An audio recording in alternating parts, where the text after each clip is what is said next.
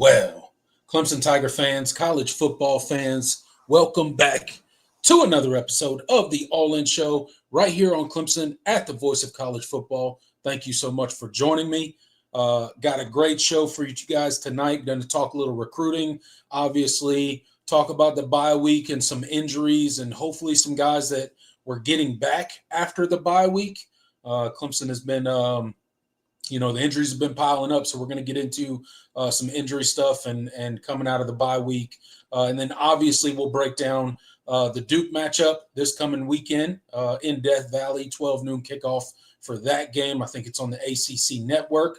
And then we'll wrap it all up with you guys, the comment section. We'll kick it off to you guys. We'll hear what you got to say and answer as many questions as we possibly can. But before we get into tonight's show, a couple things. Excuse me. If you're not subscribed to the channel, please go ahead and hit that subscribe button for us. Help us grow the channel as much as possible. Hit that like button. Really helps us out on these live videos. Help spread it out to a larger audience and bring in more people to have conversations about Clemson football and college football as a whole. And then two more things. We have members. We have memberships that you guys can become members of the channel. That'll get you a couple things. It'll get you some bonus content with me and Jordan. We do some game watch-along streams and kind of hang out with you guys and just chop it up with you guys in a kind of smaller setting. And then we have the Super Chat feature if you want to be sure that your comment and or question is read and responded to during this live episode. Hit that Super Chat feature and help support the show in that way. And we appreciate each and every one of you for that. And with all of that said, and without further ado, I'm going to bring on my co-host, Jordan Bowman. Jordan, what's up, man? It's been crazy. It feels like we've not been on the channel in months because we missed our last show during the bye week just due to conflicting things on both of our ends. So apologies out there to everyone for the missed show. We don't do that very often, so if that happened, we could not help it. So, but other than that, how you doing tonight? Feeling good? Hopefully you're feeling a little bit better from last week. Yeah, I'm alive. I'm alive. So that's an improvement. I felt like death for a lot of last week. Probably something probably something I caught in Clemson for the SMU game. Is what it is. You being around a lot of people, it opens yourself up for those type of things. But I'm alive. I'm alive, and that's the most important thing. And I missed you guys, so I'm glad to be back, back in the swing of things. It felt like we all needed a bye week. The team took one, and I guess the All In show had to take one too, given the circumstances.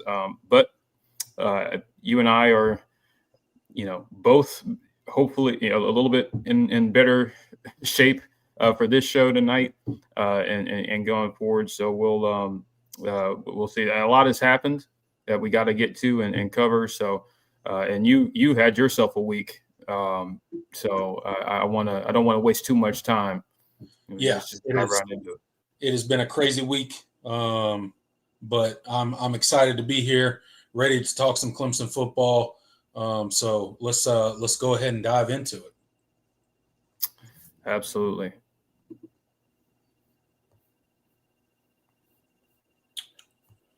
All right, Jordan. Throughout the bye week, it was not all good news for the Tigers. Obviously, even though we didn't play and we couldn't lose on the field, we did lose in the on the recruiting field. I guess Blake Stewart, um, 3-star safety out of Georgia, Woodward Academy, I think, decommits from the Tigers. Um, a guy that we were excited about that committed back in the summer. We talked about it when he committed. We thought it was a great addition to the class, and he has since decommitted from the Tigers. I think he took a visit to Miami, if I remember correctly, kind of a quiet visit there, snuck down there, got a visit in Miami, and ultimately decommitted from the Tigers. So, Jordan, what does this mean for the 2026 class? What does this mean for that safety room? And how big of an impact is this going to have? And where does Clemson pivot from here? Yeah, Blake is a kid that we've talked about extensively. When he committed, I mean, I really high on his potential, just the athleticism. He played both ways in high school. A guy that is a true athlete and just a natural. When it comes to playing the football, and I think that this is a big loss. I mean, I think he's a really one of the better one of the better athletes that you had in your class, and I think he had the potential to be a really really good player for the back end of your defense and kind of up the skill talent slash athleticism that you have in that safety room. Yeah, this one stings. It's not a surprise. When I talked about, with how Clemson season has gone, I said that, listen, can't promise there won't be any decommitments. And, I knew it wasn't going to just stop at Dre Quinn. And he was certainly one that, we were keeping an eye on because, even after his commitment and honestly, even before the season, there were still flirtations with Miami and Michigan and Georgia. He drew some interest there for a little bit. He was going to be tough to hold on to him. Yeah, and I think that was going to be the case even if Clemson was 7-0 right now.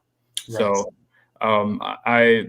that was the tough thing. I mean, that's the reality of recruiting nowadays. It's going to be, it's just going to be a lot more, volatile in terms of whether or not you're going to be able to keep these kids. And it's Clemson for a long time they went years without a decommit, and then obviously things kind of turned with the advent of NIL and just the changes in the landscape of the sport where that's just not realistic anymore. You're not going to be able to hold on to these kids, and obviously the season going the way it did certainly didn't help. So really sucks. I mean, I really still like the two safeties you have in your class, Caden Gebhart and Contavion Anderson. I think those are going to be two excellent football players for you, and I think you still have a really strong safety class. I don't know if Clemson, pivots. We'll we'll kind of see, what if they find a target they like. As far as I know, there isn't anybody on the radar that they are looking really hard to try and get in the class. I do think I will say in regards to Polo and Caden, I think those two are pretty locked in. I'm not too worried about those two decommitting or flirting anywhere else. So I think Blake Stewart was the odd one out in terms of, it was going to be a battle to keep him. But I think you're still going to be in pretty good shape as far as the safety room is concerned. So, again, really tough loss. I can't really sugarcoat it. I really liked him as a football player. And it's not, and I think he's still going to be a really good football player. It's just not going to be for Clemson. And, that's the reality of recruiting nowadays. Yeah, I mean, obviously a tough loss for the Tigers. I mean, 5-sport athlete, a guy that's just super athletic, rangy, got some length to him. Obviously, he's going to need to bulk up a little bit when he gets to college. But, I mean, he was a great get for the Tigers. Unfortunately, we couldn't hold on to him. This is the day and age we're in college football. I mean, that gone are the days of Clemson locking in a class and barely having any decommits. That's just – it's a thing of the past with NIL and so much money being thrown around and the tampering that goes on and just, all the stuff that has changed in kind of 5 short years of college football just makes it extremely difficult to hold on to a class and not have multiple decommits every single class. And I think this is going to become the norm, not just for Clemson, but really every team around the country. This is just kind of how recruiting is going to work, and you're going to take your hits, and all you can hope for is that you win more than you lose when it comes to the recruiting trail. But gone are the days of Clemson locking in a class and having, essentially no decommits of note. So, that's kind of where we are in recruiting. And Blake Stewart is a big miss, but I think ultimately Clemson will pivot and that safety room will stay in good hands. But it wasn't all bad news, Jordan. Along the recruiting trail, obviously with losses, there are gains. And we picked up another big recruit this past week in Braden Riley, offensive commit, locking it in with the Tigers. So your thoughts? Excuse me, not offensive linebacker commit. Linebacker, yeah. 6'3". I was gonna let you play it out. Geez, it's been a long day, people. Yeah. I'll get it out, but out of Cincinnati, Ohio, big commitment for the Tigers. 3-star. What are your thoughts on Braden Riley? What is he going to bring to this linebacker room, and how big of a commitment is this for the Tigers? Yeah, it's been long awaited in terms of, when was Clemson going to land its first linebacker commit for the 2026 class? Yeah. Ben Boulware in his first year on the job, it's been a little hectic. Obviously, they've kind of put all of their chips into the Tyler Atkinson sweepstakes and came up short. It was kind of a, all right, now what type of situation. And so, they really evaluated and took their time. They weren't in a rush by any means, but they did want to take a linebacker and see what options opened up. And Braden Riley was a kid that Ben Boulware went up to see, I think, about 3 weeks ago, before his commitment. I think there was just a really natural affinity there. Braden Riley he was very high on Clemson, just personally, and that was one of his dream offers. As the affinity kind of grew, it was very clear that Clemson was where he wanted to be, and that was kind of the driving factor behind his decommitment from Northwestern. Braden Riley is a prospect. I mean, he's a kid, I think, whose recruitment has kind of picked up in recent weeks. Obviously notable, Clemson offering was a big one, but he also got recent offers from Michigan, Vanderbilt, and others. I think he also has a Missouri offer from a few months ago. So, he's a kid that I think he's kind of gotten a little bit of buzz, in his senior year, and I think he's going to be a player to watch kind of as this high school season kind of winds down. I mean, looking at his tape, I mean, I think the first thing you notice is, I mean, he is a really good athlete. There's one of the first plays on this huddle is him like hawking down and saving a 70+ yard touchdown run. He's rangy. He's very much a football guy when you watch him, and I think that's kind of what drew Clemson to him. That they like that in their linebackers, and I think that it's going to be a pretty natural fit. I think, and I'm excited to see kind of what he kind of develops into, because I still think he's kind of scratching the surface of where he can be. But the raw tools I think are there to be a really talented linebacker. So I don't mind this take at all. There was some controversy on Twitter about it. I don't really pay attention to that stuff. I mean, listen, if the kid can play, the kid can play. I think Braden can play, and I think he's a good fit in Tom Allen's defense. So, it'll be nice to see kind of how he comes in, and what the development plan is for him. Yeah, I mean, look, a lot of those comments are just like nonsensical, man. Like, people just talk just to talk. They judge people by whatever preconceived notions they have. They never turn on the tape. They never watch the kid play. He's very physical. I think it's a great get for the Tigers. Great to see us finally lock in a linebacker for the 2026 class. Like you said, it's been a long time coming. Ben Boulware finally gets his first one. So, I'm happy with it. I'm glad he's committed to the Tigers, and I think he could be a great addition to that linebacker room. Absolutely, and so I'm excited, and it's Ben Boulware gets his first commit. It's nice that get that monkey off your back. We were wondering when it was going to, play out, and I think you picked a good one, and I think it's going to be a nice fit here at Clemson. Yeah, absolutely. It definitely will be. Can't wait to see, what we can continue to pick up along the recruiting trail. They're obviously still got some work to do in this class, a couple positions and things like that, and obviously maybe some portal stuff that'll be going on at certain points in time once we're in the off season. So. But another place you guys can go check out more news along the recruiting trail, and keeping up with all things Clemson football, and more importantly, all things Voice of College Football. Go check out our website, vocfb.com, vocfb.com. Got various stories over there for you guys, our live show schedules over there, different team pages and forums over there. So go check it out. You won't be disappointed, vocfb.com. That's vocfb.com.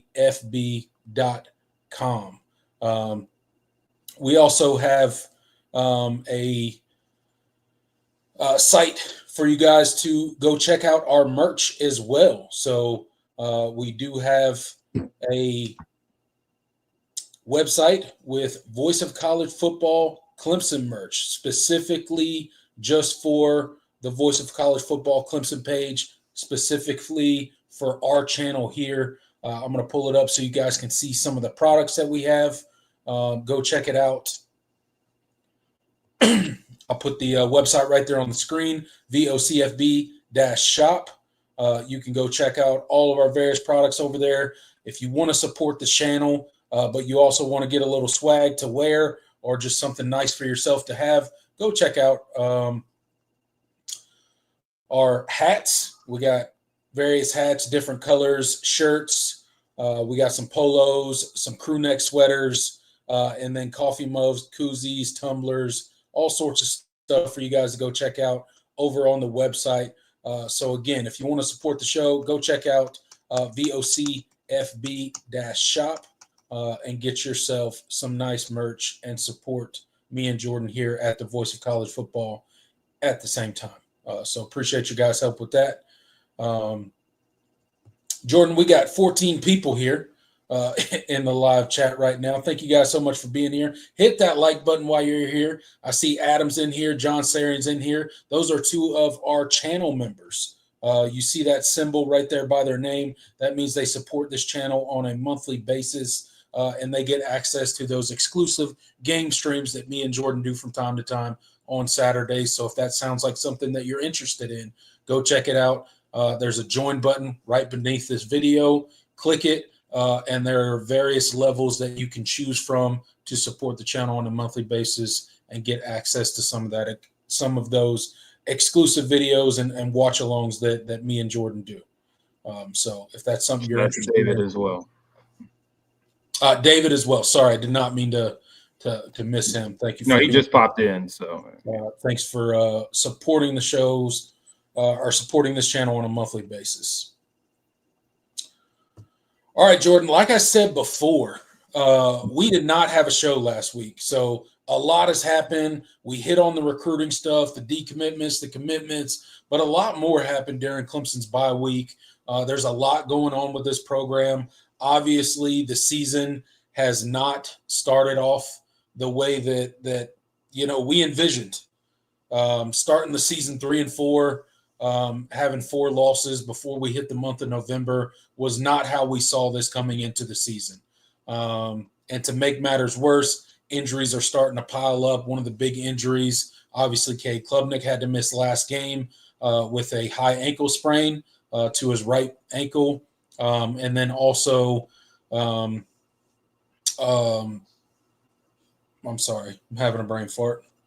Bryant Wesco had a pretty serious injury last game where he was on a punt return, got kind of upended, landed on his neck. Pretty scary thing. They obviously took him to the hospital. He spent several days in the hospital getting various tests. Sounds like he's going to make a full recovery and he's going to be okay, but he is gone for the rest of the season. So, Jordan, your kind of thoughts on these injuries and how they're piling up. It's on the offensive line as well. Tristan Lee has been out for majority of the season with an ankle injury as well. You had Colin Sadler go down last game as well. So it's just these injuries are starting to pile up in key position groups and really testing this Clemson team's depth right now. So where do you think we stand coming out of the bye week on some of these injuries and how it's going to affect us coming up in the coming weeks? Yeah, I mean, obviously, the big thing is Bryant Wesco. I think probably the biggest news for injury wise for Clemson, over the bye week. I mean, realistically, I mean, I think my biggest question and heading into this game Saturday, how does this offense function without him? I mean, he was such a big part of their passing game, big play machine. I mean, he's just a tough guy to cover, and having him on the field just made this offense better. I don't know how they're going to replace him. Obviously, Tristan Smith and Cole Turner were named as co-starters on the depth chart that just came out. Obviously, they're both going to have to step into bigger roles in terms of snap count and playmaking. Obviously, we saw Tristan Smith make himself a really, really big play in that game against SMU. So, hopefully that's some momentum for him, moving forward. And maybe it's a sign to the coaches that, hey, this kid can play, and maybe you actually do need to throw him the football and give him targets. I like how Mazzina put it when he threw that. When he was asked about that play, he was just like, "I just threw it up to the tallest guy that can jump really high." Hey, guess what? Sometimes it works. Yeah.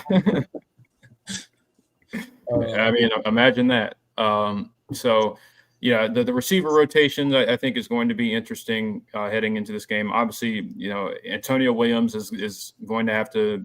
You're going to see him, involved a lot more, of course.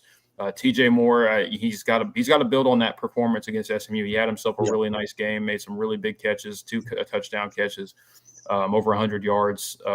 Second 100-yard game, but he just, the games in between have been really, really hot and cold. So hopefully, that, he builds momentum.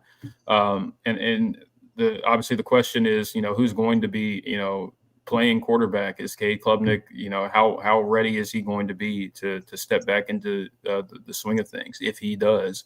I just, and if he does play, how effective can he be? That's, all these questions that this Clemson offense has to answer. And I don't know.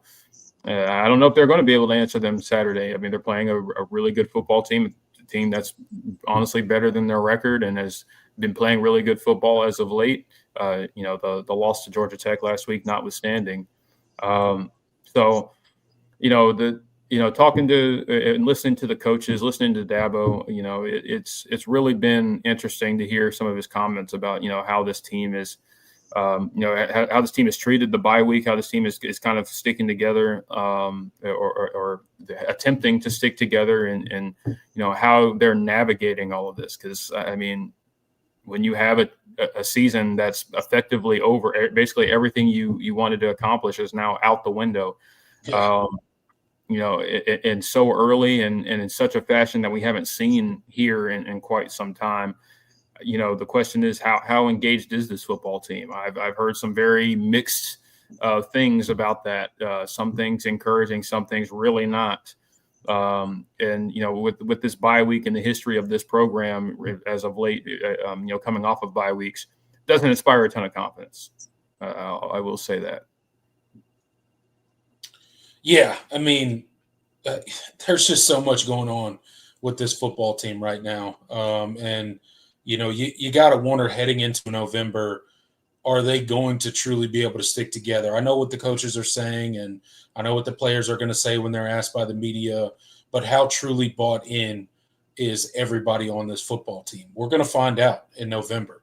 I'm not so sure this Clemson team is done losing games.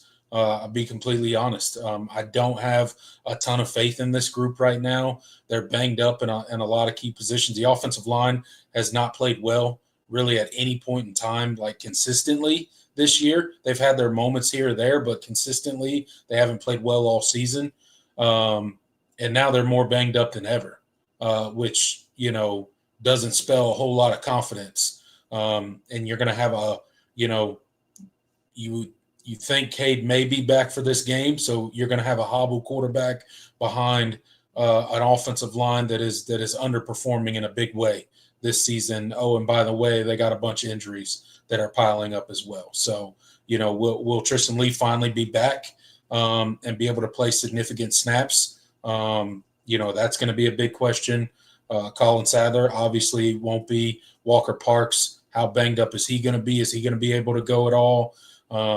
These are just questions that are going to have to be answered, and it's going to really affect what Clemson can do, both running the football and pass protection. And then obviously the loss of Wesco is huge, man. Like, it can't be understated. He's your leading receiver. He's got 6 touchdowns on the season, over 500 yards, and you lost him. This is why. I am not a fan of players like him, of his caliber, being on kick return or punt return or anything like that. I'm not a fan of it. Find somebody else that's athletic, that is not a crucial part of your offense, that if they were to get hurt, it would be detrimental to your offense. Those plays, kick returns and punt returns, that's where a lot of injuries happen to people.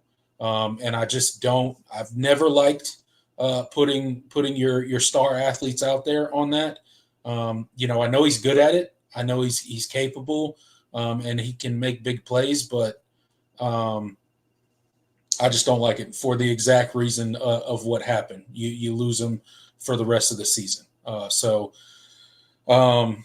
This team's got a lot of answers yet to be answered yet. And coming off of this bye week worries me as well. Clemson traditionally does not start well off of bye weeks. You can go back several seasons to kind of factor that out, and they don't play particularly well out of the bye week. this Duke team is coming in, and we'll get into them in a minute. But it's going to be interesting to see what this Tiger team is made of. And I think we'll find out early in the Duke game whether this team, whether all the things that Dabo is saying and is true, whether they truly are sticking together, whether they truly are going to try to make the best of, whatever's left of this season. You got Duke, you got Florida State, you got Louisville, you got Furman, and you got South Carolina left on the docket. That's your games that you have left. And you can lose a lot of those games. So I think one of the big things, Jordan, is Dabo's comments on Cade Klubnik today were cryptic, I guess, or he was kind of playing it off and being a little coy and saying that he did everything we asked him to do. Well, that wasn't exactly the question, but he's not going to give up any information. What are your thoughts on Cade? Do you think he's going to be back starting this week with that high ankle sprain, or do you think it's a possibility that we see Chris Vezina for a second week in a row? Yeah, I mean, I think it's a realistic possibility that you see Christopher Vezina again. I mean, I just, with these high ankle sprains, they are really tough to have a quick turnaround from. Those are very difficult injuries to manage. And I haven't been tapped in. I don't know who's been taking first team reps so far during the week. But I'm not overly optimistic about Cade Klubnik playing on Saturday. I could be proven wrong. But it's one of those injuries that I think it can be really, really difficult to deal with. I mean, it probably is going to be a game time decision, and I'm not optimistic. I will say I do think Christopher Vezina gave the coaching staff some confidence that he can operate this offense. Right. It certainly wasn't a perfect performance against SMU, but that was the most explosive really they've been in terms of passing offense against a somewhat decent team that they've had in a while. But then again, SMU's defense was known to be pretty vulnerable against the pass, so it really is going to be difficult to kind of see how much of that actually will translate into a game against Duke. So I don't know. We'll see. I'm not overly optimistic about Cade Klubnik playing on Saturday. Yeah, I kind of feel the same way. I mean, I'm kind of leaning more towards we're gonna see Christopher Vezina for another week. I don't have a lot of I mean, if you saw Cade, I'm sure you did. You were at the game, but even on the TV broadcast, like if you saw Cade warming up, like he could barely walk. Like yeah. when he went to drop back, it was like, I mean, and granted, he's had a whole nother week, so it's going to be 2 weeks removed from where he was right there at that moment. But again, I just don't know. And I don't know. They're not going to give us a ton of information on it. So we're not really going to know, but I'm actually leaning more towards, if I was to make a prediction that we're going to see, I'm like 60-40, that we'll see Chris Vezina versus, Cade Klubnik. I just don't know how healthy that ankle is going to be. I know they're saying that he's doing everything he can, but again, if he's back there and he can't really move, that might be more of a liability than just letting Chris Vezina roll and seeing what you got and seeing if you can pull out a win in the Valley against a Power 4 opponent, which is far less than a gimme for the Tigers at this point in time. No, that's certainly a way to put it. And it's going to be difficult, I think, for it's going to be difficult for this offense really to kind of find itself. I mean, because with all of these new these moving parts and these new pieces that are going to have to play more snaps. And that brings me to a point that I think has been the most frustrating.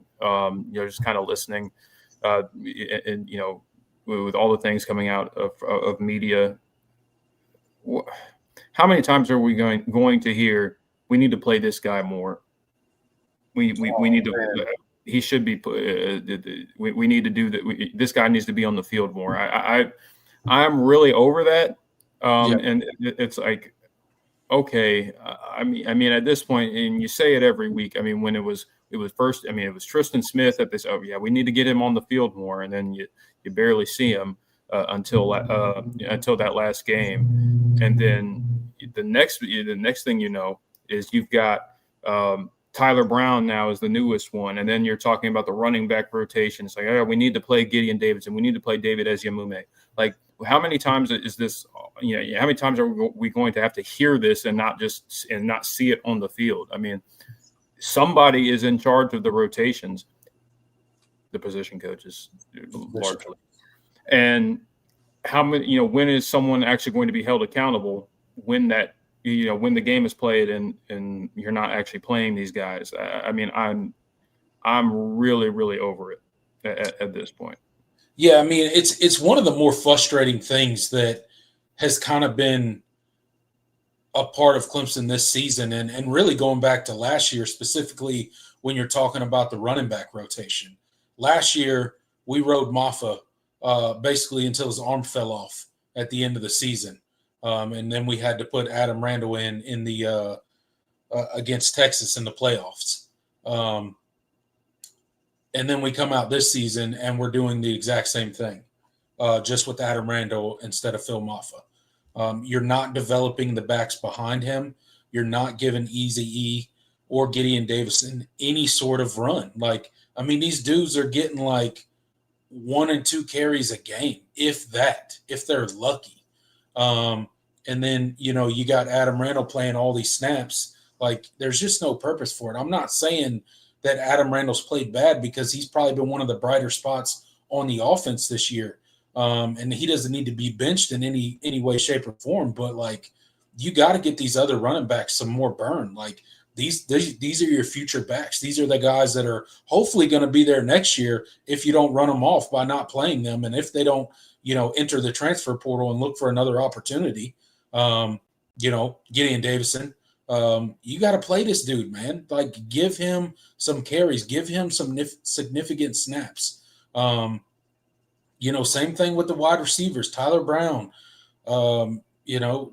Like, why is he not playing more? Why is he not getting more snaps? And I think, like, this really falls on Dabo to me, because one of the most frustrating things about it is he comes out, as you point out, week after week, saying that these players need to get more snaps, but nothing changes. Like, Dabo, you're the head coach. Go over there to your position coach and be like, hey, check it out. This week, you better have a better rotation. Like, you do have control of that. Yes, the position coaches run the rotation for their position group, but you have veto authority. You can go out there and do whatever you want. It's your team. So I'm sick of hearing it. And I'm really sick of Garrett Riley at this point abandoning the run. It's just like, I don't know, man. I remember when he first came, the whole dirt raid thing, like, that was a load of crap, dude. Like, this dude hates running the football at this point. Like, I'm convinced he just hates running the football. There's no way. There's no way. And you got a bevy of backs back there that I believe can produce at a high level. And you just refuse. You refuse to lean on it. You refuse to get any sort of momentum when it comes to running the football. He abandons it far too often. So it's frustrating at this point. It really is. And there's really no excuse for the stuff that we're talking about. These are very easy fixes. You should be able to look at your rotation and be like, man, I really messed that up.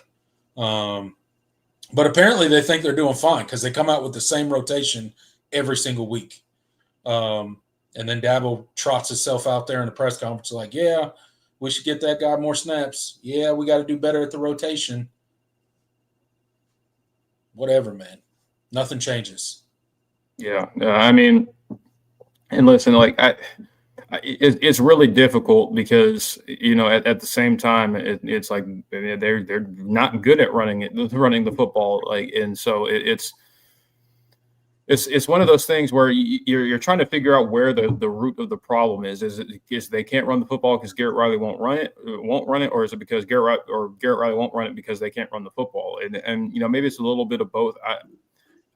I really don't think this coaching staff at all, this offensive coaching staff, has really meshed together just over these couple of years. It has not translated in the way that we thought. I have some conspiracy theories about that I will not share here, but I don't.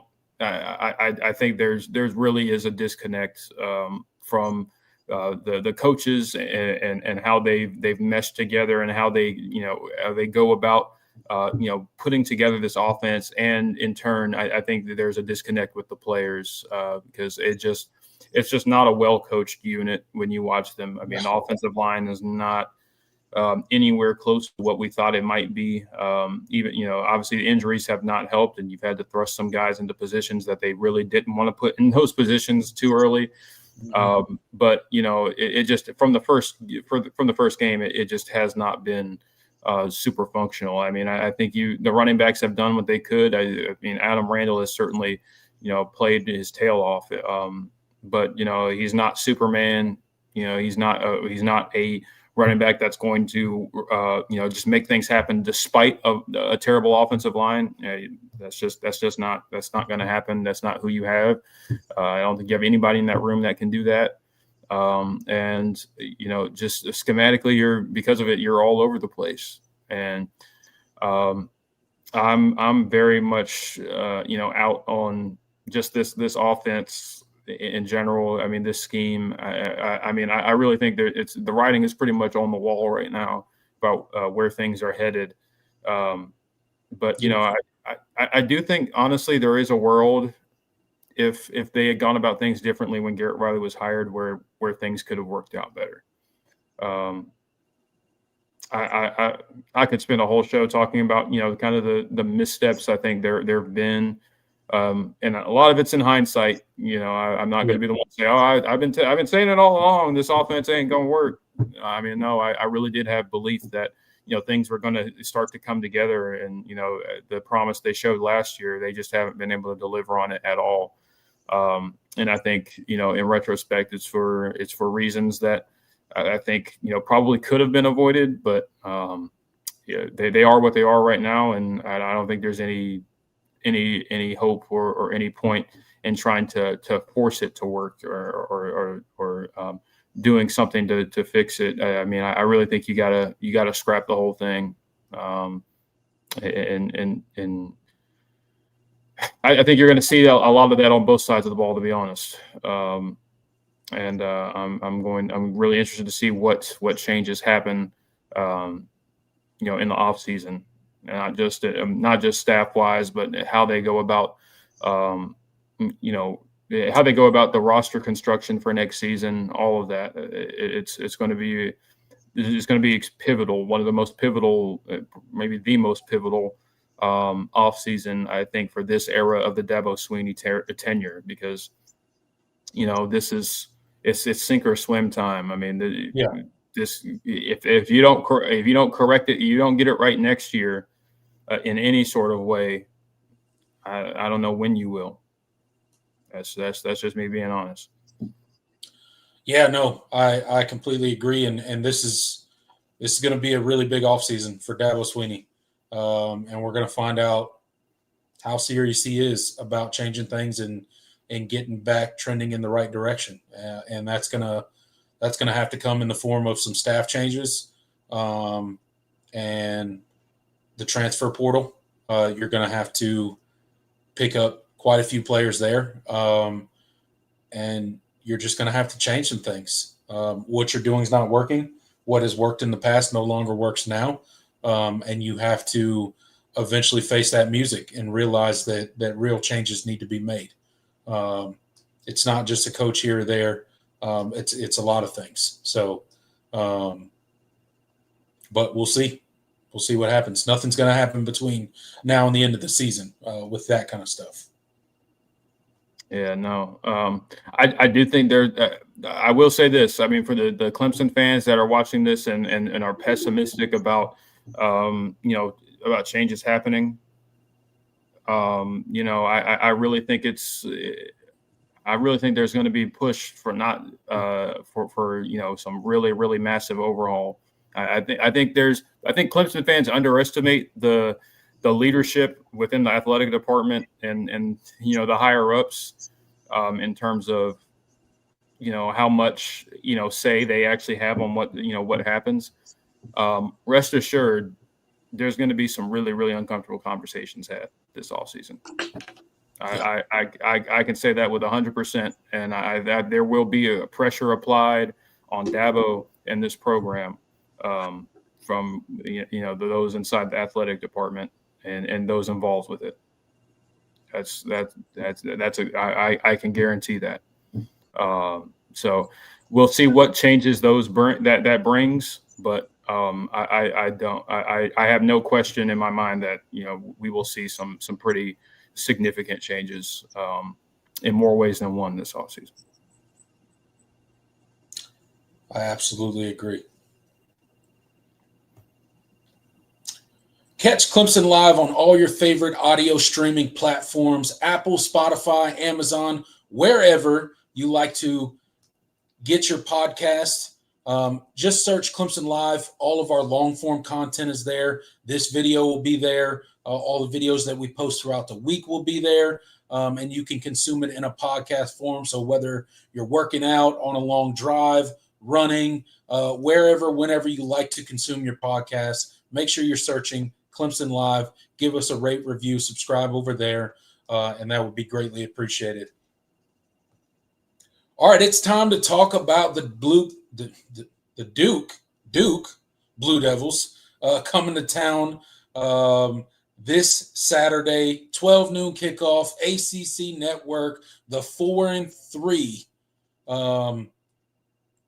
Duke Blue Devils come to town to face off against the 3-4 Clemson Tigers.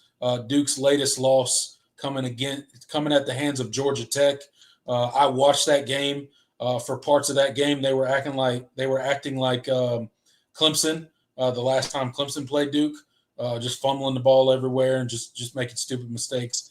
And then Clemson obviously dropping another home game against SMU in their last. Both teams, Jordan, coming in off a bye week.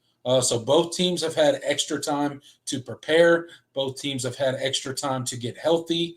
And both teams should be ready and rested for this clash of future playoff teams right here. I'm just kidding.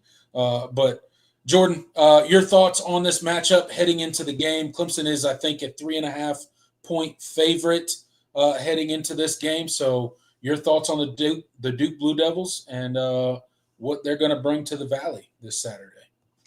Yeah, I mean, this is going to be another interesting matchup for Clemson. This is a Duke football team that I think has had they've had a strange season, to say the least. I think they probably should be a little bit better than 4-3, just given I think how the quality of football they've played. I think they kind of took some time to kind of get comfortable, particularly offensively. I think they took some losses that I think they'd like to have back. Early losses to Illinois and Duke, where they just I think they kind of struggled to get things going offensively. And I think, just kind of settling in with new quarterback Darian Mensah, who was from Tulane. I think they really started to find their groove. And this is a Duke team that has a lot of ways to beat you. Offensively, they are one of the best passing teams in the country, averaging just under 320 yards per game. Darian Mensah has been one of the best I thought he'd be one of the best quarterbacks in the ACC, and he's largely been that this season. He's a guy that can really make things happen. He drives a lot of what this offense is.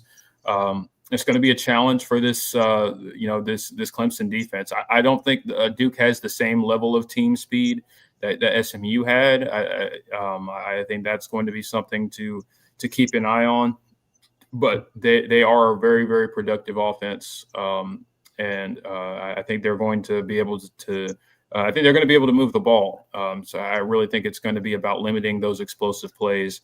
It's going to be tough, and for a team that passes the ball as well as they do, and the struggles that I think this Clemson defense has had on the back end as of late, that's something that I'm really, really concerned about. But I do think, like I said, I do think that this will be a little bit of a better matchup than it was against SMU, just from a sheer team speed level. I don't think Duke has quite the same number of guys that can just flat out burn you as SMU did. So I think that's a positive. Looking at the other side of the football, I think defensively, Duke under Manny Diaz, they play a lot of what Manny Diaz has been as a defensive coordinator, and just as a defensive guy in general. They are very, very aggressive. They're going to blitz a lot. They're going to send a lot of different pressures. And they're going to try to get this Clemson offense kind of off their rocker, and especially with the struggles they've had up front as of late. It's going to be, really, really important that this team pass protects well.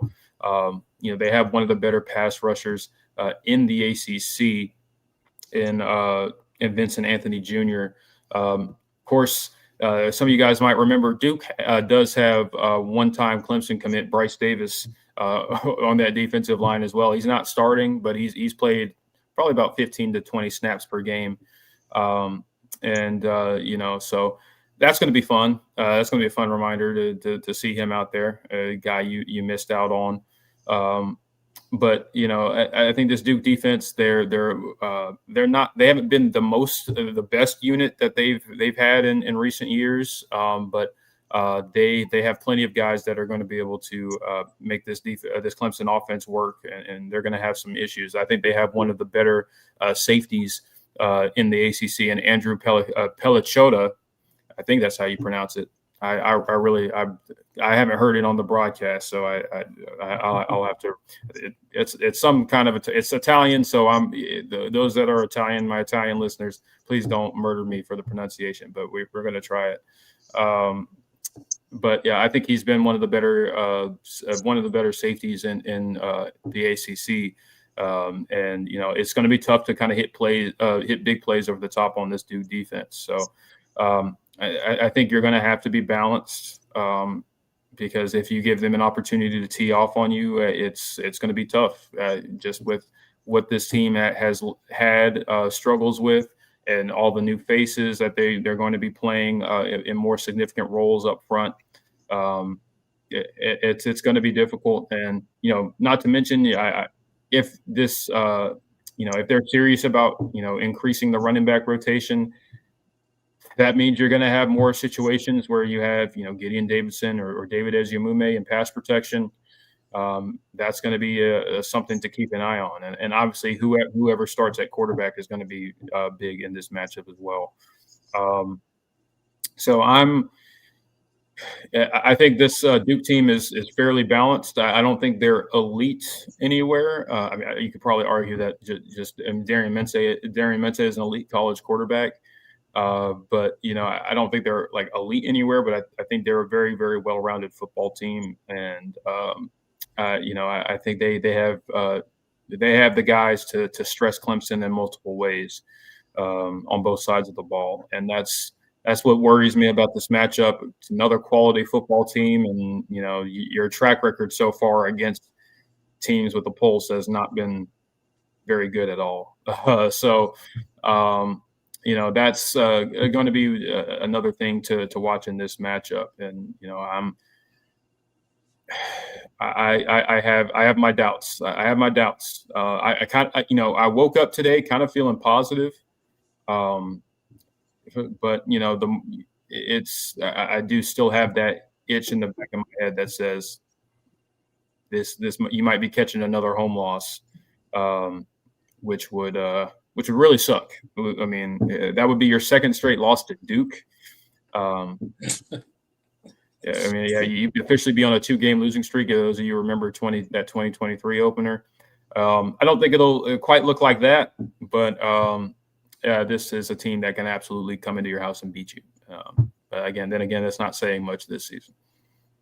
Yeah, no doubt about it. You kind of laid it out there, and Duke and Manny Diaz and the aggressive nature that he plays with his defense, coming after the quarterback and playing downhill, and the things that they like to do.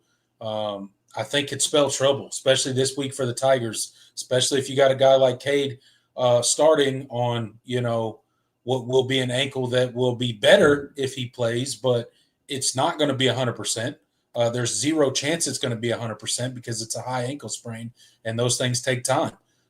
So with how our offensive line is played to this point, and maybe having a quarterback back there that is not able to be mobile, that could be a recipe for disaster for this offense. And you mentioned Clemson's going to have to be balanced. I don't trust this team. I don't know that Clemson can be balanced. I don't know that they can be effective on the ground enough in order for Duke to, respect what they're going to do on the ground and not be able to just play coverage. And that's something that worries me. And then their offense, obviously, they're going to run a lot of RPO. Obviously, they've done really well in the passing game so far this season, ranked really highly with, their offense is producing over, 460, 70 yards of total offense a game. They're really, a solid team, right? They're not a great team, but they're definitely a solid team. They're a team that can hurt you in a lot of different ways. They got over 1,000 yards rushing on the season, over 2,200 yards passing on the season. So Clemson's going to have their work cut out for them. And, they need to pressure. They need to be able to hold up on the back end. And if they don't, it could turn into a really long day for the Tigers. They're going to have to be disciplined with the run fits and stuff like that, especially with the RPO game. Because, you overcommit and suddenly somebody gets behind you, right? Yep. And they throw it to the open spot, and it's a big play, right? So something that Clemson's defense is going to have to be very disciplined on this week. And I don't know, are they up for that task, Jordan? Can they get it done? We shall see. It would be the third straight loss in the Valley if they drop this game? Yeah. When's that happened? I mean, we're making a point this season of, just making all sorts of records for the wrong reasons, all sorts of new milestones for all the wrong reasons. So it's definitely a worrisome game. Like I said, regardless of who we're playing, there are no gimme games for the Tigers for the rest of the season, at least in my mind. Maybe outside of Furman, but even then, look how he played against Troy. So who knows? Yeah. Anything can happen. Anything can happen. And, some players to watch. I mean, I think, the running game, they are very, very balanced in terms of their running back rotations, must be nice. But Nate Shepard has been the guy for them. You can rotate running backs? You can apparently, dude. I didn't know. I thought once you start one, unless they get hurt, they just got to stay in the game. Who knows? Who knows? Sorry. Go ahead. But yeah, some players to watch for Duke. I mentioned a couple on defense. Offensively, they have some really really interesting skill guys. Running the football, they have a really, like I said, they have a really, really balanced attack. Nate Shepard has been the guy for them. He's their leading rusher, averaging 7 yards per carry. And he has 497 yards on the season and 4 touchdowns. And this one, if those of you that are kind of sickos and just remember random football players, they also have Anderson Castle. I don't know if you guys remember that name, but he was that App State running back last season. That was a very fun game in general. But those of you that remember, one of the things that we talked about was that run defense in that game. And Anderson Castle was a guy that Clemson's defense flat out could not tackle. Yeah, he was very in our defense, broken tackles all over the place. Yes, he is a very, very physical runner. I'm very worried about his ability to impact this football game. This is the type of game where a guy like him just gives you a lot of issues. So I am very worried about Duke's run game just because they have different styles of back that can hurt you in a lot of ways. And they have the explosiveness, they have the tough runners, and they do a good job of scheming it up. They're very they're a very balanced football team, and they're very efficient. They got their top 3 guys all over 5 yards per carry, and their top guy is over 7. I mean, and he's a freshman. So, I mean, it really does say a lot about kind of Duke's evaluation. Really just the past, I mean, even, going back to Mike Elko, but of course, even Manny Diaz. This is a team that for some reason they can find talent, they can find guys. But for some reason, Clemson, with all the 4 and 5 star talent that they have on the roster, they look like they can barely function and field a football team. So, that's the joys of watching a college football season at a program like Clemson, and you're not very good because you have to watch teams that flat out don't recruit at the same level as you find a way to put together a better product. I didn't mean to go on that tangent, but it's a wild day in 2025 where Duke has a better football team than Clemson. But and they really do at this point. I mean, when you got 3 running backs averaging over 5 yards a carry, 7 games into the season, you're doing something right. Yep. Clemson's got their work cut out for them. There's a lot of worrisome things when you're looking at this and breaking it down and really looking at what Duke likes to do and what they like to do and what they do well. And I don't think it's great for Clemson, but again, you should win this game. But how you've played so far this season, you probably lose it. Yeah. Right? I mean, just being completely honest with the way this team has played. Again, it's no net advantage, right? Because you're both coming off of bye weeks. So You've had extra time, so have they. So it's not like you even gained like a little bit of an advantage because they had to play last weekend and you had a bye week and got extra time. And that's the crazy thing is I have to even talk about that when we're talking about playing Duke at this point. But here we are as Clemson football. My, how the mighty have fallen. Indeed. It really is something. And I don't know. I mean, the schedule dynamics of this game make it a little bit interesting because Duke is coming off of a loss. Clemson, a couple weeks ago, and Clemson is is also coming off of a loss a couple of weeks ago. It makes it really interesting in terms of what is the mindset of this team. I mean, watching Duke against Georgia Tech, I honestly felt like for a half Duke was the better football team. I felt like they had some really missed opportunities. They were playing better. They just kept shooting themselves in the foot. They were turning the ball over in like the worst inopportune times. Yeah. But they played well for like a large portion of that game. Yeah. And then it just kind of got away from them towards the end, and Georgia Tech kind of put their foot down. But there was portions of that game where they looked like they may win, but they just made some crucial mistakes that cost them in a big way. I remember tweeting out while watching that game, I was like, they're looking like Clemson right now. Yeah, just fumbling the ball and just like they drive down, get in the red zone, turn it over. I was like, man, they looking like Clemson the last time we played them. Yeah, I know. It's kind of weird because like this season in general for Clemson, it's typically been after a team has played Clemson that they have a really disappointing performance and they look. Yeah, I don't know who. I don't know who tweeted it out. Might have been Woody Whitehurst over on Twitter. Shout out to Woody. I think he said whatever Clemson got is clearly viral because It just affect every team that comes and they play. play. I mean, shoot, Syracuse gets murdered the week after they demolished Clemson in Death Valley. I mean, it's been SMU gets upset by Wake Forest last week. Right. It's been something. Maybe we do have a disease. They might be on to something there. Yeah. We got a sickness that we can't shake it.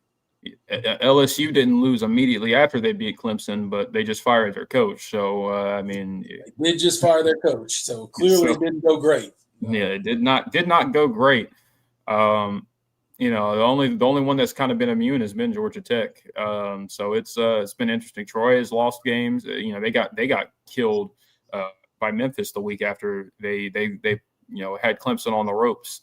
Yeah. So it's one of those things where this but for Duke it seems like that bug hit them early. So maybe there's a little bit of a reverse psychology there where now that they've had their disappointing performance, they go into the bye week and they come out and they play lights out. Would not surprise me against this version of Clemson. So I really don't know what to expect Saturday because I mean a lot of it is it hinges on what is the mindset of this team, who starts at quarterback, and whether the changes that this staff has talked about making in terms of rotations and guys that need to play, who needs to get the ball more, they need to do this and this and this and this, and it's like we're not doing this well enough, and then you go into the game and the same things we've talked about are they continue to happen. It doesn't give you a lot of optimism, but I think Clemson can win this football game. Yeah. They absolutely can win this football game. Will they? We'll talk about it. Absolutely. All right, guys, make sure you're checking out the Voice of College Football on all the social media platforms, X, Instagram, Facebook, wherever you consume your social media. Make sure you give the Voice of College Football a follow and let us know what you would like to see us talk about. All right, Jordan, it's time for the score prediction. It's time to make a pick on this game and figure out who we're going with. We're going with the Tigers. We're going with the Duke Blue Devils. Will Clemson drop a third game in a row in the Valley? That might be one of the craziest things I've ever said since we've started this show. But it's a real possibility. So, yeah, I've gone back and forth on this a couple times. I don't feel great about picking either team. I don't know exactly how this game's going to play out. Again, with the aggressiveness of their defense and Cade's mobility being questioned, and the inconsistent play of the offensive line with all the injuries. I don't know, man.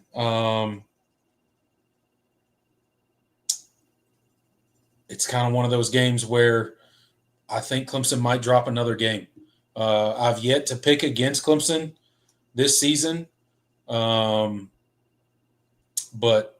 I think this is going to be the game. I'm going to go with the Duke Blue Devils. I think they pull it out. And I think Clemson drops yet another home game. And it doesn't make me happy to say that. And I'd be really, really excited to be wrong. I'd be really excited just for Clemson to win a Power 4 game at home and look good doing it. But I just don't trust this team at this time. I don't think the bye week was some, magic elixir that suddenly, solved a lot of the problems that this Clemson team has. And I really don't think a lot of the problems this Clemson team have can be solved in this season. So for that reason, I'm going to go Duke, and I'll go 31-24. Duke wins. All right. I guess it's my turn. I've spent a lot of the time, talking about, the follies of this Clemson team, the flaws that this program has, and how poorly they've played for much of the season. And I spent a lot of time talking about how much Duke is going to give this team problems. That being said,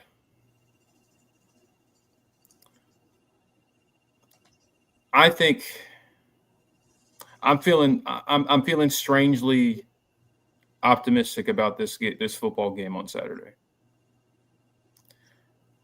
It's funny because last game, like, I was the one that was pretty negative Nancy. I was like, I don't think they're beating SMU. Yeah. And you were like, I'm a roll with the Tigers one more time. We're switching roles. We're switching roles today. I think Clemson wins the football game, and this is against my better judgment. This is not really based on anything that I've seen from this team at this point. But I'm betting on a little bit of regression to the mean here, in a positive regression to the mean here, in terms of, no, I don't think this Clemson team is going to play all of a sudden like we all thought they would, in preseason. But you give this team enough. You give a team with the talent that Clemson has, just the roster talent that Clemson has, enough cracks at it, they're going to win one of these games. And as much as Death Valley has not been a home field advantage this season, I think it has a chance to be a factor. Now it's going to be a noon kick, so it's not going to be. I'm not saying it's going to be, oh my God, it's going to be like nighttime, or it's not going to be what it was in the LSU game. But I do think that this bye week, I don't think it's going to, like you said, I don't think it's going to magically fix all their problems. I think Clemson is still very much going to look like a very flawed football team in this game, but I do think that they will be able to. I think Duke will also, have its issues. I think what we saw against Georgia Tech. I mean, that I don't think that's the team that's going to show up, but I do think you'll be able to force them into some mistakes, and I guess it all hinges on whether or not you jump on this team early, because I think if they have a good script and they have a good game plan early, maybe things look a little bit different. I think that's really been one of the more frustrating things watching this team, is they haven't been able to get off to a good start, and the other team has jumped on them first more often than not this season. Right. I think they flipped the script to this Saturday, and I think they win a close football game. I don't think it's going to be very pretty. But I think I actually think they're going to find a way this week and get back to 500. I don't know if it's going to be a season-changing win and all of a sudden they're going to go on a run. But I do think this is a football game that it's do or die in terms of whether or not you're going to salvage anything out of this season. And I'm going to believe that they respond at least enough to win this football game. I don't think I laid out a very convincing argument for those of you listening. This is really mostly, I'm prefacing it now. This is kind of really just gut feeling right now. It's not really based on matchups or anything like that. Maybe you can call me fanned out, but then again, listen, I picked this team to lose, the last couple of games. So it is what it is. Well, I shouldn't say the last couple of games, because I didn't pick them to lose to Boston College. But I picked him to lose against SMU. I felt like I had a pretty good read on that game, and so I don't feel like I have a good read on this game one way or another. So I'm going with my gut. I'm going to pick Clemson to win the football game. Score prediction. I'm going to say Clemson 27, Duke 24. I don't think it's going to be a super high scoring game, but I think both teams are going to have some success offensively in this game, and I think Duke finds Freudian slip. I think Clemson finds a way in this game, and they get back to 500. So this is the second straight week you and I are split. In our opinion, let's see who wins out. We'll see. I'm gonna try to, we'll see if you pull away or I even it back up. We'll see. Yeah. I hope you're right. I'm just not convinced. I think this team's just got too many deep-rooted issues, and I don't think this is a great matchup because of the quarterback health, the offensive line, the aggressive nature of their defense. I don't know. Yeah. I hope Clemson pulls it out, but I certainly wouldn't put any money on them pulling it out. So no, I'm not betting. Oh shoot, I'm not betting this game. God no. If you bet on Clemson, you just like losing money at this point. Yeah, I mean, I don't shoot. I'll lay some money on Duke money line, so I can't. Maybe at least I'll make some money on being wrong on the show. Right. But let's see. Yeah, I mean, you guys get your score predictions in. Those of you listening, those in the live chat, let us know what you think. I mean, this is a football game that's I guarantee is going to have its fair share of ups and downs. I mean, what game this season hasn't? But I think this is it's going to be another tough watch. It's going to be one of those games where you want to pull every bit of hair out of off your head. It's going to be a game where maybe some TV screens will be smashed. I don't know about that, but listen, you fall to 3-5. I mean, you're in territory that this Clemson team has not seen around here. This Clemson program hasn't seen around here in a long time. And 3 straight losses at home. I mean, I don't know when the last time they did that was. It had to be like 98 when they were 3-8. Yeah. Did they lose 3 straight home games that season? Probably. That's probably it. Yeah. So I mean, I wasn't even alive then. So that tells you anything.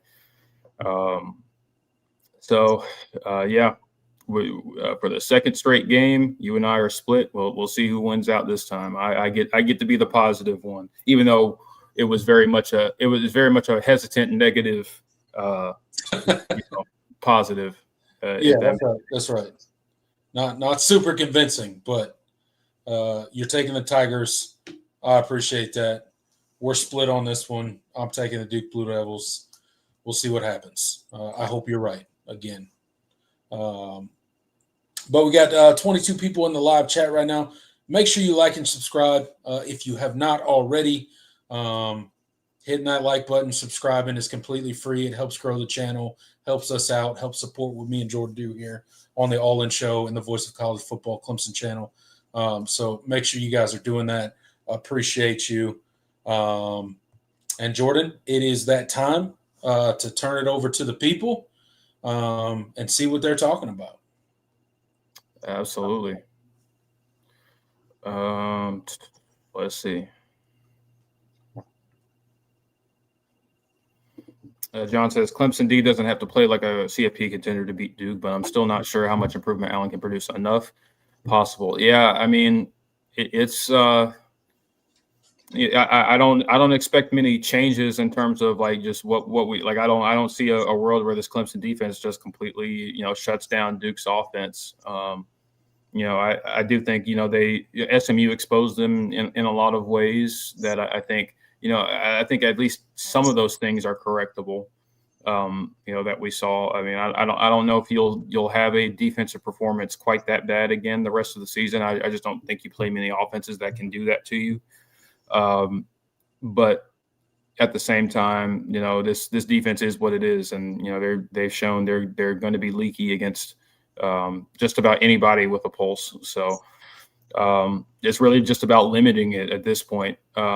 And so some of those drives, even against SMU, were completely avoidable if guys were just flat out some communication issues. It's not even like, yeah, I mean you have some athleticism limitations on the back end, but some of those plays weren't on guys being slow. It's just miscommunications, guys just not being on the same page. That kind of stuff I think is correctable. Of course, the at the end of the game being the biggest one, where Avion Terrell and Corian Gibson were not on the same page. You get a guy that just gets wide open on a critical third down when you had a chance to force to get a stop and get a chance to win the football game. Those are minor things. Those are small things that should be pretty correctable with 2 weeks to prepare and practice. Or at least talk about it. You're not obviously not practicing all of the bye week, but you get what I'm saying. Realistic One says this is not a good football team, guys. Not this season. I agree. Realistic One. This isn't a good football team, but football teams that aren't good still can win football games. And I'm picking this not good football team to win a football game this week.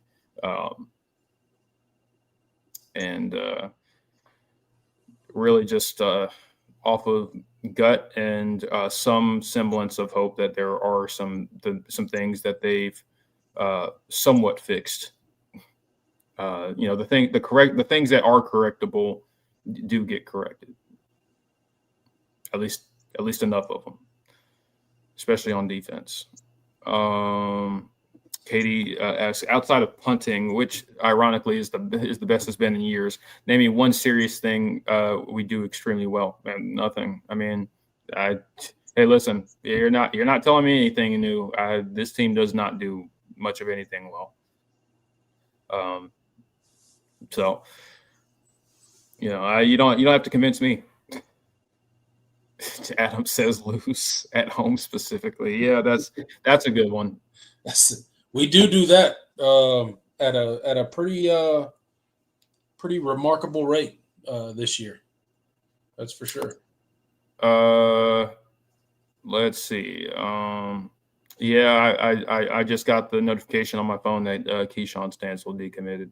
That another one that's not surprising. Yeah.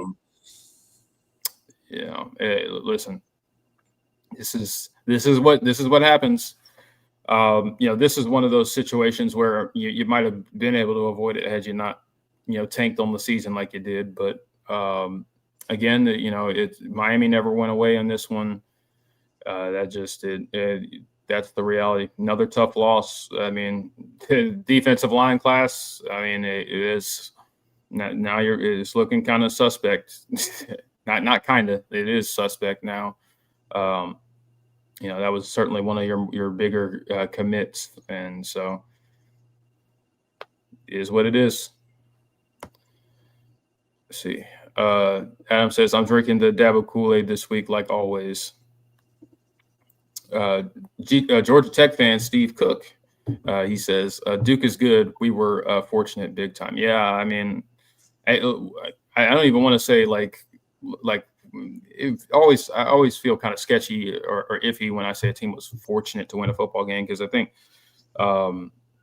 I think Georgia Tech did what they had to do, and they played the more mistake-free football, and that wins the football game. That wins you the football game. Those are things that are within your control to win a football game. So I mean it wasn't like Duke had like some fluky plays. They just flat out, the things that are normal within the game of football that they just didn't do. And Georgia Tech out executed them in that game. So there were times where I thought Duke was playing better, but it's a 4-quarter game, and Georgia Tech was able to make more plays in a 4-quarter game. So, but again, it doesn't change what you said though. Duke is very good. They are a good football team. Yeah. I do think their record is not reflective of the quality of team they are. Like I said, I think the early games in non-conference kind of, they had to get it. They kind of got exposed a little bit. They didn't, they had some things that they hadn't completely ironed out, but they've really settled in. I mean, the mark of a good coaching staff, they got better over the course of the season. What a novel concept. And so now you're getting a better version of that Duke team on Saturday. That's for sure. Also coming off a bye week and coming off of a loss. So that's going to be interesting. James Thompson, he predicts Duke 35, Clemson 23. That seems similar to the SMU score. Yeah, it's possible. John says first team to 30 wins. I can see that. Potentially, yeah. Yeah, Clemson's problem is getting to 30. Yeah. We don't have a lot of success getting to 30. But when we do win. So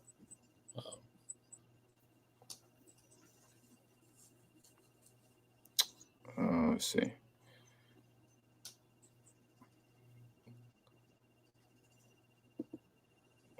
Katie says, I broke my TV watching the LSU film because there was so much opportunity left out there offensively. I mean, yeah, that was a very frustrating rewatch.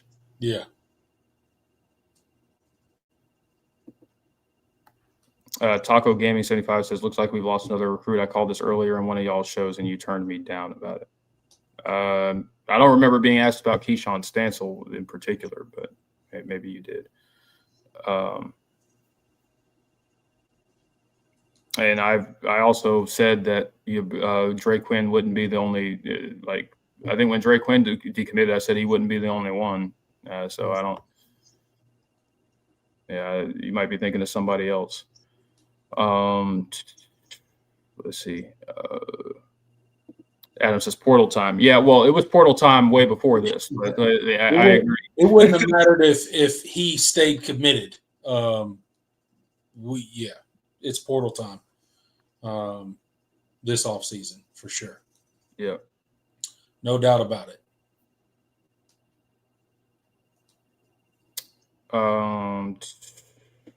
John says, how badly has Dabo broken some fans? Some of the same ones freaking for wide receivers to go now say he wasn't the problem. It's bad recruiting.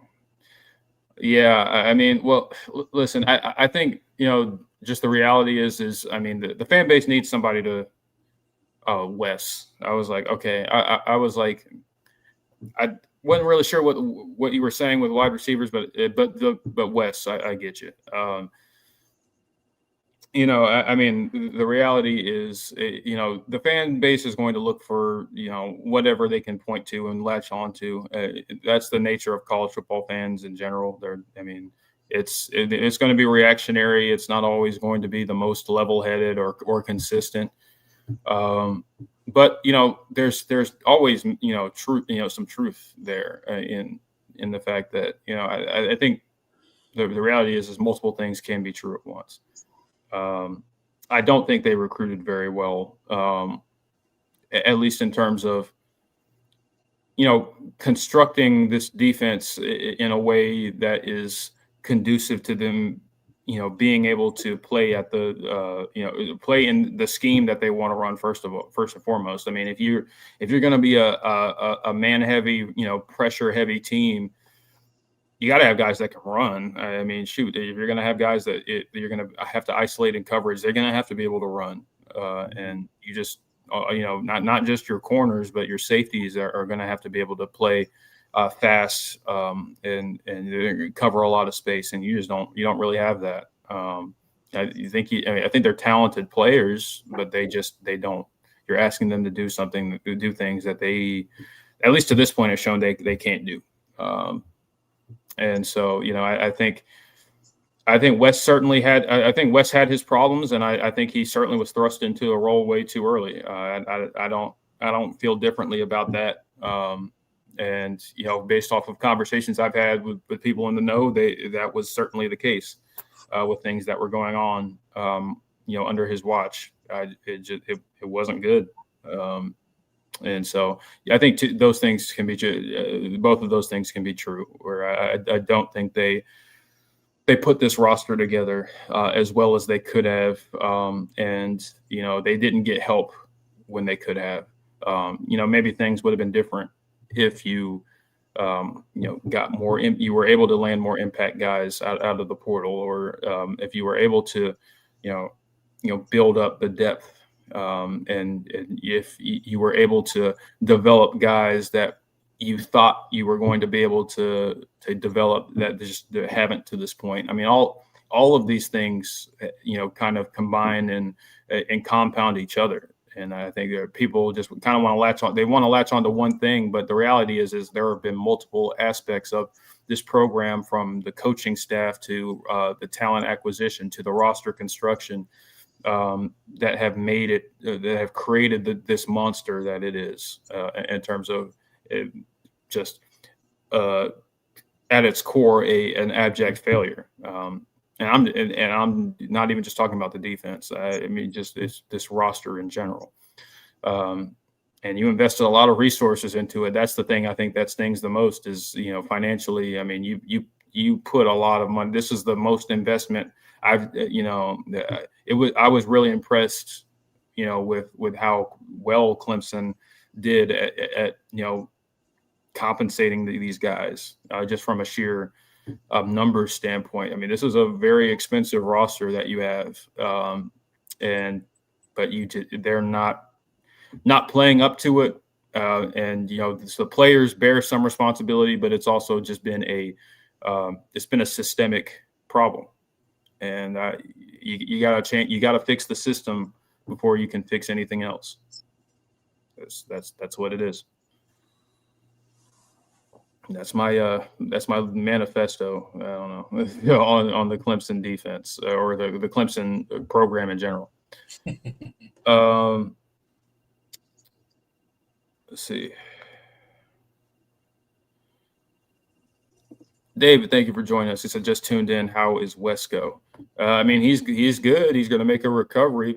He's not going to play for Clemson again this season, which sucks. That sucks big time. But this offense is going to have to navigate without him, a guy that has routinely showed up and made big plays for you.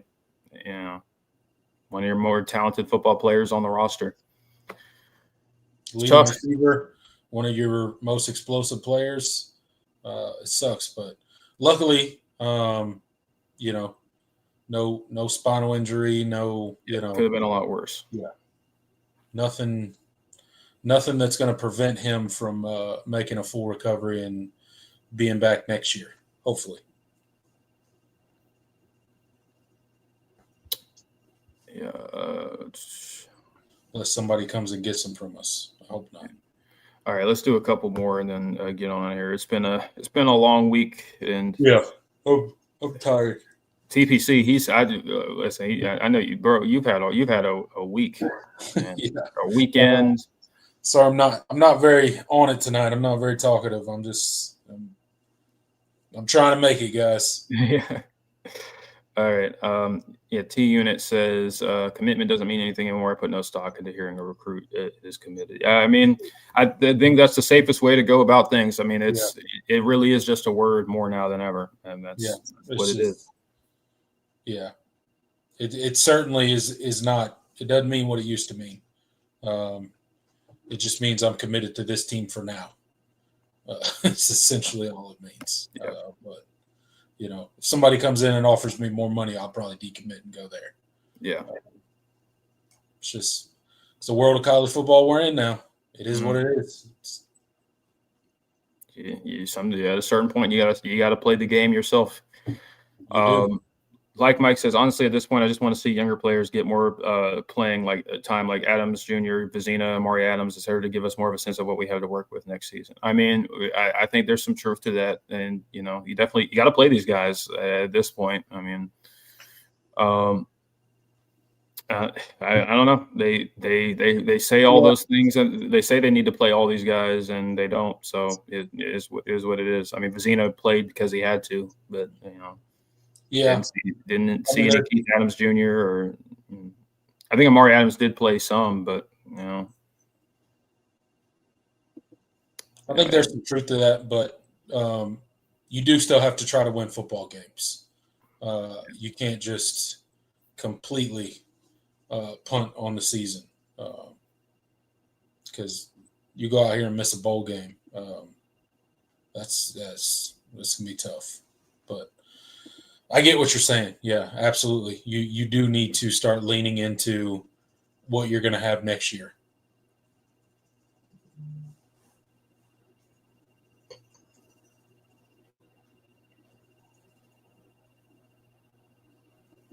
Monkey says, I think when Dan Radakovich left and Graham Neff took over is where our program started going downhill. I totally disagree. I don't disagree on the timeline, but I totally disagree that Graham Neff is the reason. The reason. No, I think Graham Neff has been a massive positive towards this athletic department.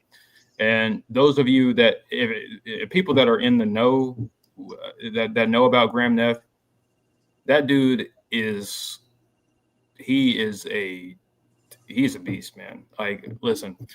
I think people don't sometimes like they look at him. It's like, man, he looks like he could still be in college, and they think like, oh, he just, he's whatever, and he kind of just does whatever Dabo says. No, man. If you only knew how much involvement he's had, especially the last year or so, in terms of pushing for the changes that this program has already made, wait till this offseason. Listen, Graham Neff is not stupid. He knows what he understands. Yeah, where this program is lacking, and what changes are going to have to be made. He's listen. Graham Neff is not my worry in terms of and listen.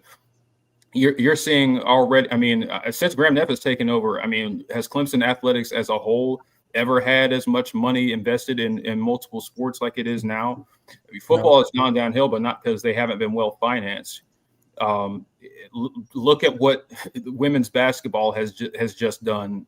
Like, do you guys understand how awful Clemson women's basketball has been for about 20 years? They used to be a pretty good program. Back in the 90s, they were a routine tournament team. This is a program that was for a long time better than South Carolina's. Hard to say, is hard to believe now, but it was. And they have a top 5 class in the country right now. I mean, men's basketball is in the best shape it's been in years.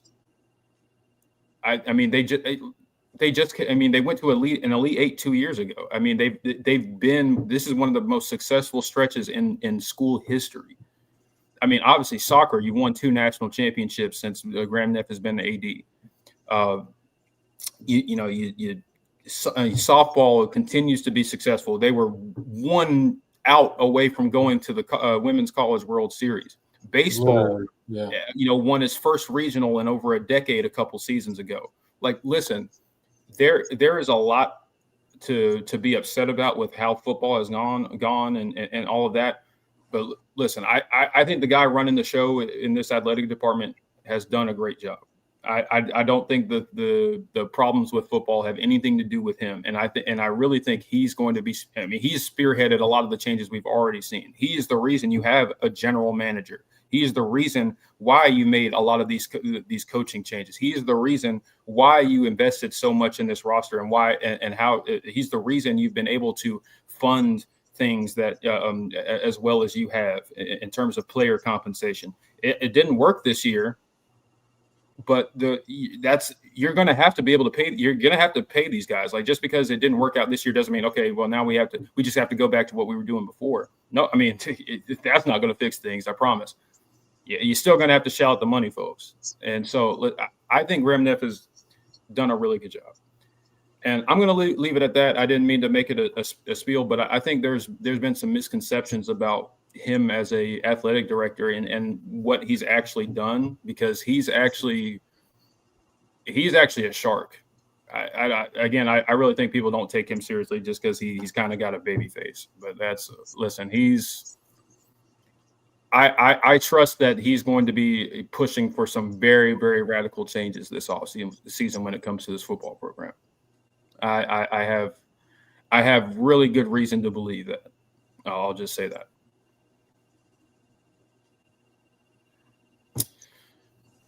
All right. That's going to do it. Hey, that could have been a whole segment in and of itself, but right. I had to get that off my chest because I really think there was misconceptions about there have been some misconceptions within the fan base about that. But yeah, I think Graham Neff's been great so far as the athletic director. And Monkey, it's nothing against you, but and I'm glad that you didn't take that the wrong way. I wasn't like railing on you. It's just I think it's just emblematic of. I've just seen that take a lot, and I really just I think Dan Radakovich was honestly a lot of the things he did is kind of why things took so long for this program to start even dipping their toes into what modern college football is. I think you're in a much better place now in terms of the surrounding apparatus of football. So obviously the program itself has to make some really, really big changes, but the support, the things that you need that have to be a modern college football program, I think you have all those things because of Graham Neff. All right, y'all. That's going to do it for us. Thank you so much for joining us. We tried to make this a short show, and it still ended up being an hour 40 minutes. So I apologize to you, TPC, because I said before I was like let's keep it brief, and then you know how we get. You know how I get. It is what it is. Once we get on here, all bets are off. All bets are off. But I want to thank you guys for tuning in and supporting us. Seriously, last week was a mess. Obviously, things going on in our personal lives, and we thank you guys for being understanding. Really, it means more than you know. And I feel awful not being able to do a show last week, especially with so much going on. But I'm really, really grateful to each and every one of you because it really does mean a lot. Just you guys back as if we never left, and I appreciate the support we've had this season. And we got to support each other, man. It's a rough year. So we have you guys. It's been a long year, and it's not over. Yeah, we got 5 games not left. over. So we'll see. Appreciate each and every one of you for stopping by. We'll see you guys on Saturday for the post-game live. So until then, I'm TPC. He's Jordan Bowman. Go Tigers. Later, y'all.